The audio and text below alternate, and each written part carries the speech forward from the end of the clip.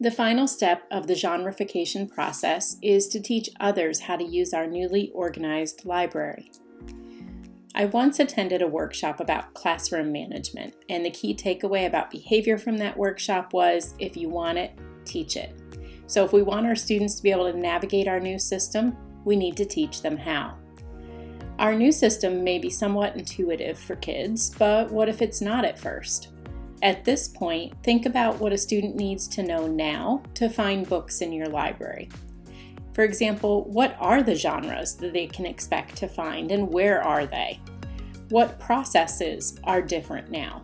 For example, in my library, all students needed to know that call numbers had changed. The same will be true in yours. Also, I had student helpers each period. They helped me check in and out books. They also helped me put books back on the shelves. These were jobs that rotated among students, and eventually each student had a task or responsibility like that. So they really needed to know about the call number change in the catalog and on the book spines. All learners needed to know how to reshelve books so that they could put things back that they weren't going to check out, or so that they could help me reshelve books on other days. So speaking of library helpers, how can you involve your students in keeping the system organized? The more they know, the more they are involved, then the more likely they are to take ownership of it. So some things you could do is perhaps plan a lesson for the beginning of the year to orient students. But then what if a new student arrives during the school year? How will you help them become familiar? Maybe you could establish a peer orientation where students partner to help each other find their way around, or you could have an online lesson that students work through.